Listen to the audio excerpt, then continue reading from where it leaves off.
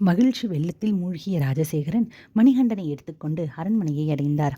நடந்ததையெல்லாம் தன் மனைவி மகாராணிக்கு எடுத்துரைத்தார். இருவரும் பகவான் பரமேஸ்வரன் தங்கள் வேண்டுதலை கேட்டு அருள் புரிந்ததில் பெரும் மகிழ்ச்சி அடைந்தனர். அரண்மனையில் அனைவரும் சந்தோஷமாக இருக்கையில் அமைச்சர் மட்டும் சோகத்தில் ஆழ்ந்தார்.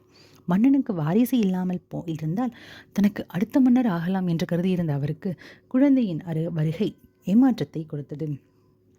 மணிகண்டன் ஆசி பெற குருவின் பக்கத்தில் சென்றதும் குரு அவனை பற்றி ஊகித்து அறிந்தவற்றை எடுத்து சொன்னார்.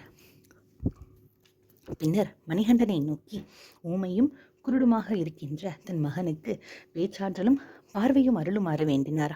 மணிகண்டன் தனது இரு கைகளையும் குருவின் மகன் மீது வைத்தான். என்ன ஆச்சரியம்!